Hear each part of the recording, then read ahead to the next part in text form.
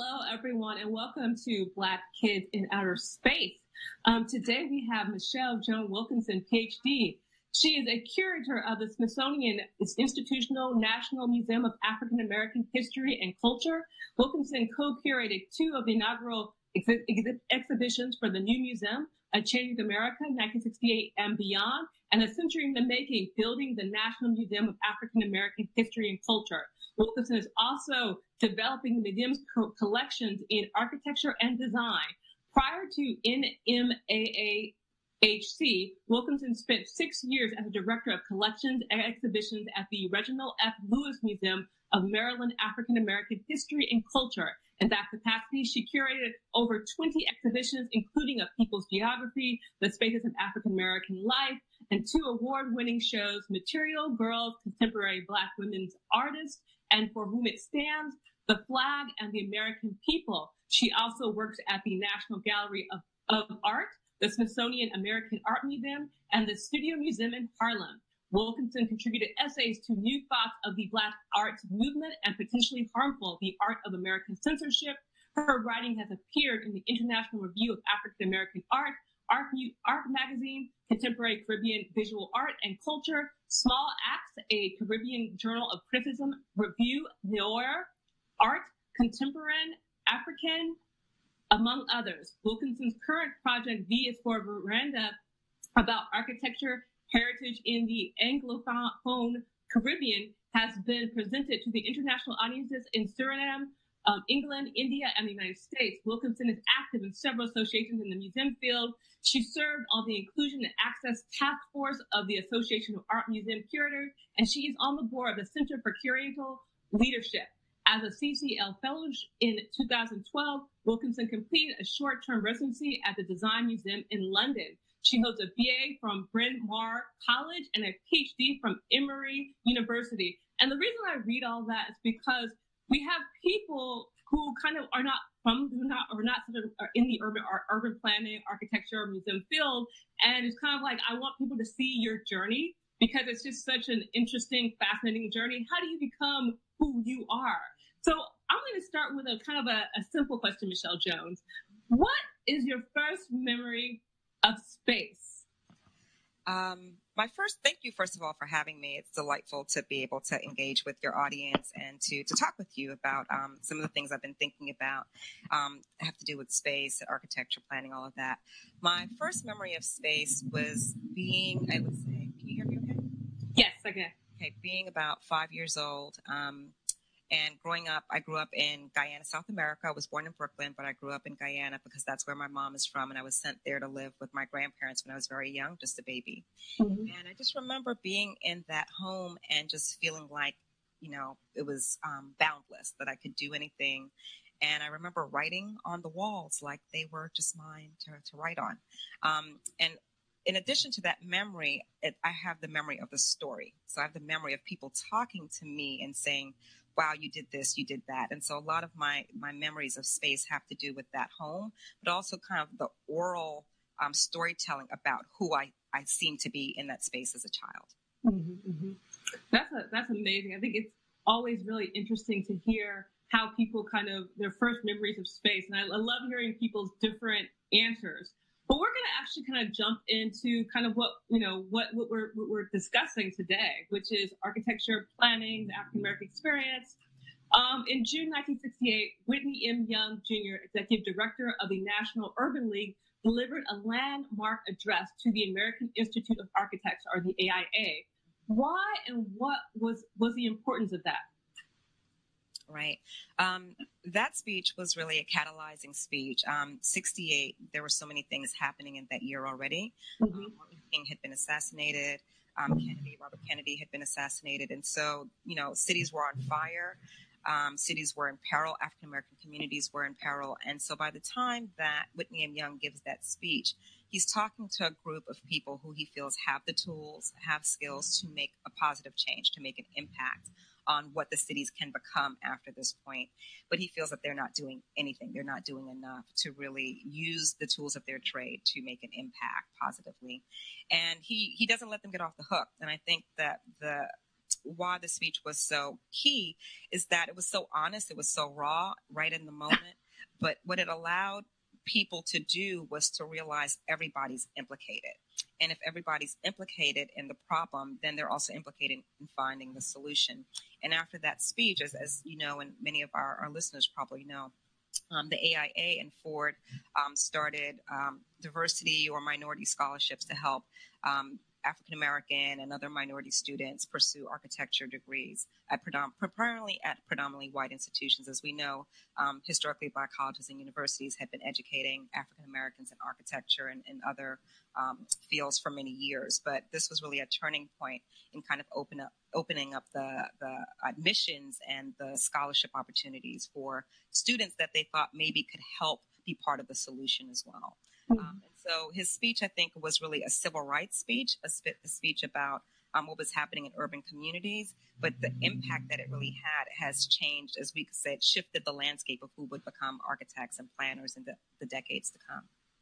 So that's that's important. We don't think of civil rights always taking place. We think of it more maybe on the streets, maybe not so much in professional fields like architecture and urban planning, but it's so important in regards to the civil rights movement, the architects and the planners and who create the space. So what will shifting the landscape Black architects and planners in 1968 to now be? And why should people go? Because we're all very excited about it. Wonderful. Shifting the landscape, Black architects and planners, 1968 to now is, we call it a symposium, but it really is a gathering. It's an opportunity for people who've been working in the field, whether as architects, planners, other design professionals, scholars of the built environment, or just kind of the general public. As a museum, we're open and we want our audience to also come from non-specialists, right? For people to convene and to really look back at this era. As a museum, we've already been looking back at 1968, right? Their 50th anniversaries of so many things. And one of the areas of study, you mentioned my biography a little bit, but I wrote my dissertation on Black and Puerto Rican arts movements in the 60s and 70s. And it's, I focused on poetry and visual art and all those types of things. But when I was doing that graduate work, architects really did not come up in the things that I was reading. I'm not saying that they hadn't been written about or that the work wasn't there, but in the scholarship that I was looking at, that was more about kind of the creative arts and, about what was happening in this period of social movement.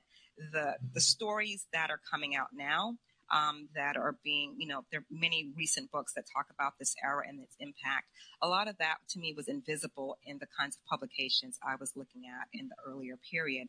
And so I think it's really important from a kind of general non-specialist position, again, to think about how we remember that era. And I think it's important when we talk about anniversaries of 68, we do go back to, Whitney Youngs' speech. We do go back to Max Bond's role at Columbia and the recruitment of minority students. We do go back to the sense of the ways architecture and planning, there was kind of engagement that people who were interested in advocacy and kind of social justice were communicating through being in those professions at that time. And I think that there's something instructive about that today we can learn from. And so the goal of the symposium is really to bring people together that are interested in these things, that are interested in African-American history and culture more broadly, but issues of space, geography, urban planning, really race in the built environment, and to give us an opportunity to just engage, to convene, to question each other, to look at if those were the folks who were making a stand or taking a stand in 68, where do we see that type of advocacy and activism in these fields now? So I would say the agenda is really for us to provide the forum for those conversations to happen. That's going to be, that's amazing. I'm so looking forward to that. That's kind of like one of my, all my friends, we were like, that's an event we're going to go to. It's going to be it's in my calendar right now. And it came out like 2 months or 3 months ago. So what do you think the role of the National Museum of African American History and Culture is in the aesthetics of space in the African American community? Wow. The aesthetic of space. Honestly, when I think about our building, first I'll just say I'm delighted to work at this museum. I think it's an honor, it's a privilege. And when I just think about what our building looks like, it's the perfect venue to have this type of conversation, because when you walk by the building, you know that somebody thought about what that building was going to look like. It's a building like ours doesn't happen by accident. And so just the seed of the thought of design, of someone making a decision that is creative expression, that is perhaps inspired by something else, it poses a question like, what is it? Why does it look like that? What is that about? And as a building, I think we have become almost a monument in some ways to the African-American experience, and told through the kind of the story of the building's form. And we've also been a place of pilgrimage. And so in terms of the aesthetics of space, I think if you move through the galleries, you will have your own sense of how the space flows, how people move, spaces that are darker, tighter, spaces that are more open, the space that has the kind of waterfall, as some refer to it. So all of those moments are moments along the African-American journey. But I would say even just looking at the silhouette of the building is a strong point of entry for people who are interested in architecture and design, because it poses a question and makes you think, and you understand that there was a thoughtfulness, whether you like it or not, there was a thoughtfulness that went into why the building looks as it does. Yes, it's an amazing looking building. And I think one of the things that I loved about going through the museum is the amount of seniors that you saw in the museum, seniors and people in wheelchairs. And it was easy for them to get around. It was the most inclusive in regards to abilities and age that I've ever kind of seen in a museum. And they said it because they were enjoying it. So that was, it was kind of like, well, that's very strange, but I think space that's inclusive of the whole community, that's, while the outside of it, beautiful, but also inside of it, like, wow, you're including everybody. You're making it so everybody can access it. So it was wonderful. And you saw lots of children there also. But kind of like going off topic, but what is the role of the National Museum of African American History and Culture generally? Our role is, I would say in some senses, maybe twofold. We're a museum, right? So we have a kind of traditional role. We collect, we interpret, we display. And as our founding director, Lonnie Bunch, says often, we're focused on African-American history and culture, but we're also telling the American story, right, through this African-American lens, a lens that people have not gotten to see on this type of national level, but really before now. So that is sort of the traditional museum role. I think the role that may be a bit different from other museums is that, again, going back to our founding director, Lonnie Bunch, that we be a place that makes America better, that we give people tools to understand, history and context, and understand the legacy of how that history is being lived out today. And in doing so, that we're kind of almost preparing people to kind of go back outside, that, you can walk in feeling so burdened by everything that is going on, in the world, politically, socially, whatever, but you can walk out with a sense of, okay, look what happened in the 1500s. Look what happened in the 1700s. How did, African Americans, the people who became African Americans, how did they get through that? And that gives you, I think, useful kind of psychological, emotional information to move through. But it doesn't only give that to African Americans. It gives that, I think, to any potential visitor that comes through. And so I think there's a kind of functional, almost spiritual renewal that can happen through visiting the museum.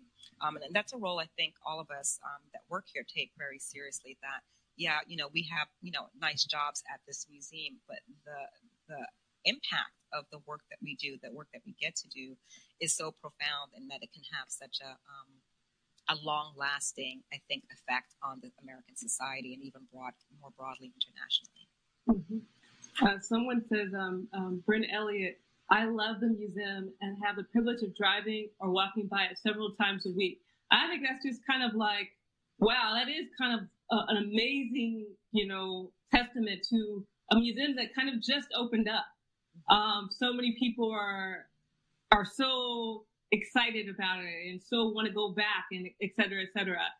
But the Smithsonian starts off kind of like changing gears a little bit. The Smithsonian starts as an America's Curio Cabinet with an $11 million donation in today's money. but evolves into a cultural institution. How does the newest branch, the African American Museum, fit into this? Interesting. I think I kind of feel like we've just always been here, but we haven't had the building, we haven't had the funding, we haven't had the recognition. So as a new museum, I think we fit, well into the kind of spectrum of what the Smithsonian does. The Smithsonian is supposed to be a place that educates, illuminates, shares knowledge. I think we do that just by virtue of, what we have on view and our programming. But when you really think about African American experience, we've been here from the beginning. And so even in the spaces that we didn't exist in the Smithsonian before, we did. We just hadn't been really brought to light. And when we were looking to gather our collections, there was a question across the Smithsonian: would we be going to take items and artifacts from other museums and to populate sort of our museum with those collections? And the answer was definitely that's not what we want to do. We want this story to be told everywhere and anywhere, kind of the African-American experience, the story of the African-American experience. So our goal was not to take things that were at other Smithsonians and to put them in our museum and say, here's what the Smithsonian says African-American experience is. Let the other museums continue to tell those stories. And we built a collection really from zero. We had done a lot of research to identify where things were. But when the museum was founded with our legislation, we didn't have a single object to our name. And all of that work had to be done in the last, now it's over the last 15 years. No, it's, yes, that's what it seems like part two of all these stories. I'm like, oh, I know about that, but that's, even the urban planning architecture part of the museum within the museum. I was like, black roads. Oh, no, white roads through black men's bedrooms. I saw that poster and I was like, oh, I thought someone else had done that. So it was really great to see the entire story, the more in-depth story. So why is architecture and design important to you? Architecture and design has always been important to me. And I just feel honored that I get to think about these things and to collect in these areas for a National Museum of African American History and Culture. It's important to me because it's everywhere, right? It's the desk that I'm sitting in. It's the house that we live in. It's, how we get to work or, the commute that we have depending on where we live. There are things that I think for many people, they don't stop to think about. They know how it impacts their lives, but we don't always stop to think about the fact that it has been designed a certain way, often because of, reasons that have to do with race, power, whatever it is. So it's important to me that we kind of pull off the veil and say the people that are making these decisions. And once we know, who's at the table, if there is still a table, or who's calling those shots, I think the design professions, there is a lot of, there's a lot that happens behind the scenes that the average person doesn't get to experience or even to question. And I think the more we talk about it in public, through social media, through, community meetings, whatever it is. And this is what Whitney Youngs was getting at also. These things, housing projects don't happen just because, there are decisions that are being made. And the more we query who's making those decisions and empower people to be able to be part of the decision-making process, the better outcomes I think we can have as a society in general, and certainly work to kind of reverse some of those injustices that have happened before. And I think architecture, planning, design professions are a key way to get at that. I'm going to kind of ask about you now because, we want to know, how did you become who you became? Let's talk about V is for veranda. Verandas are these kind of open porches that seek social interaction. Are you trying to disrupt architecture with your V is for veranda project? What are the social implications that you're advocating? I know maybe it's a kind of strange question. Maybe it's just, just a simple project. Maybe it's not that deep, but go ahead. So V's for Veranda is a project I've been working on for probably about 10 years now. The title actually comes from a poem that I wrote in the 90s, and I like the title, so I use it for the. But it goes back to the house that I was talking about that I grew up in Guyana, South America, a house that my grandfather built. And language is really important. So when I moved to the United States, when I was about 5.5, I didn't have a veranda anymore because that's not a term that people really use in the United States, right? Mm-hmm. Like a balcony or a terrace. In fact, we didn't have either. But so I lost that word. And in kind of thinking about space and vocabulary, when you lose words, you also lose, I think, memories of spaces. And so that's the sort of impetus for that project, to look back at my own past, my own connections to space, and to think about the house that my grandfather built. And why did he put a veranda on it? Like, what does that mean, right? I think, it's not hard to think about. He wanted an indoor-outdoor space. He wanted to be able to see the street. And it looked like, other houses that had verandas in Guyana, except it was concrete.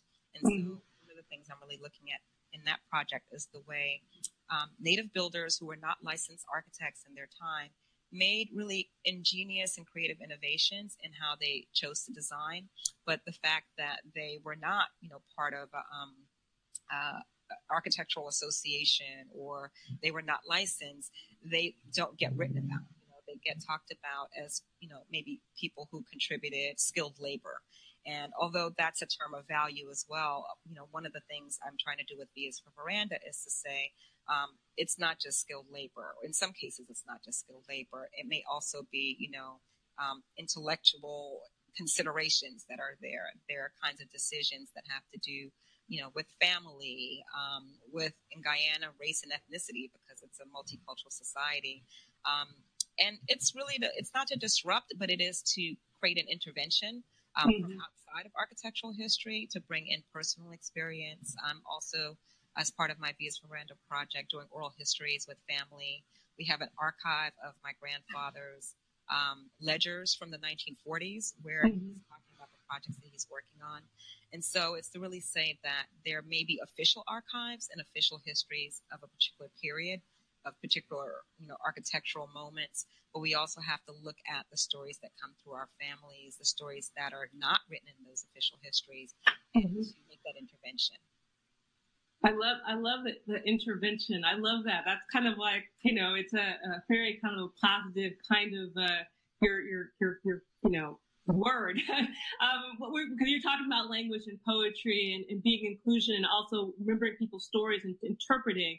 So kind of moving on to that, what is the Inclusion and Access Task Force of Association of Art Museum Curators, and why is inclusion important for museums? I mean, you kind of already talked about that, but, let's just talk about it in a direct way. Right. So that task force is, I would say, a task force focused on inclusion and diversity, as many of our, I think, listeners know that there's been a great push for there to be more diversity, racial, ethnic diversity in the curatorial profession in museums. And the AAMC, the Association of Art Museum Curators, is an association focused on the art museum field. And within that, they're looking to make sure that they encourage, educate, and really propel people who work in museums to think about, hiring practices, training, all the different ways that we can diversify the staffing at museums.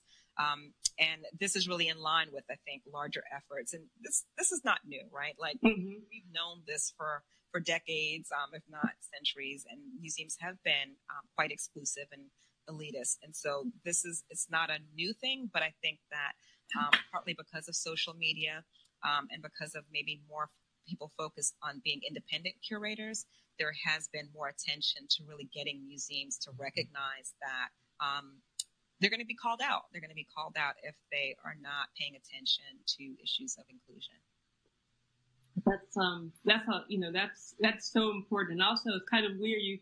If you build things on your own, then the mainstream will come knocking on the door like, oh, look, you guys are doing stuff. So we should include you, huh? I guess you guys actually are into this. I'm like, yes. So what is the future of the National Museum of African American History and Culture, and what do you feel your role will be in that future? Oh my.